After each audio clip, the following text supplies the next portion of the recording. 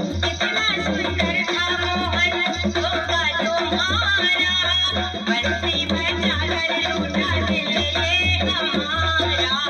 घायल किया था तुमने बाकी लगाते, मैं तो दीवानी मोहन तेरी सदा से।